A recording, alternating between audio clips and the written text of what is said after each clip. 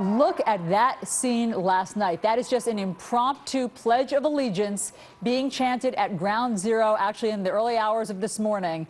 But as folks continue to celebrate there and across the country, the U.S., of course, is beefing up security nationwide, and that includes airports, the World Trade Center site, of course, and embassies. And we're now learning that there will be a hearing on Pakistan on Capitol Hill tomorrow. Republican Senator Lindsey Graham joins me now. Good morning, Senator. Tell me where you were and how you heard the news. I received a phone call yesterday evening from the Vice President, and the Vice President informed me that we had gotten bin Laden, that it was a SEAL Team 6 operation in Pakistan, and I responded, well, I am very glad we finally got the bastard. And Joe and I, Vice President, went down memory lane of how long it's taken, and the message is, if you do damage or harm to the American people, there's no place you can hide and no time period will keep you safe. And I congratulated the President and the Vice President for their persistence. And the real glory goes to those who risk their lives to bring about justice. And of course, you're seeing scenes this morning like that we just saw of jubilation, people waving the American flag, people chanting the Pledge of Allegiance. Right. Yet you say that your mind turns already to the next challenge. What are you thinking today? I spent about 10 minutes with the Vice President kind of reminiscing and feeling a sense of accomplishment and pride. But I turned the page very quickly. This is not about killing an individual in terms of our safety. This is a good day. This is a momentum builder for moderation. But get ready, they're going to try to strike back.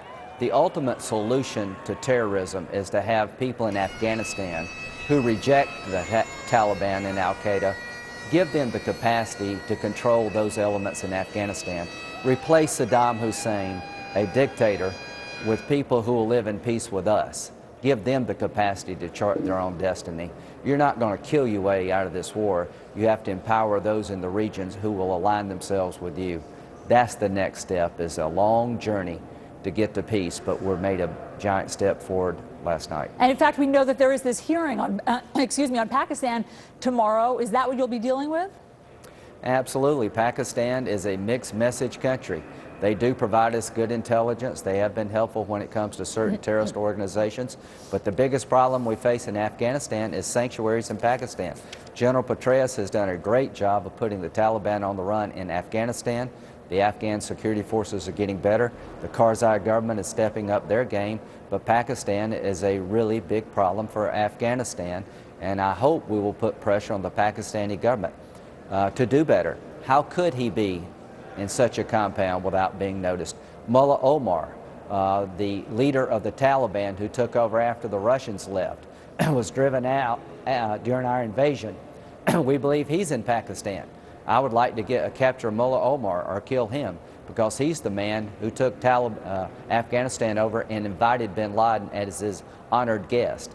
He needs to be brought to justice, and the Pakistanis need to help us there. And you raised such a good question. Now that we know that he was not in a tribal region, in a mountainous area in Pakistan, but he was basically in a suburb. I mean, he was 35 miles north of Islamabad, living in a mansion that neighbors thought was suspicious. So hopefully we'll get some more answers to all of that.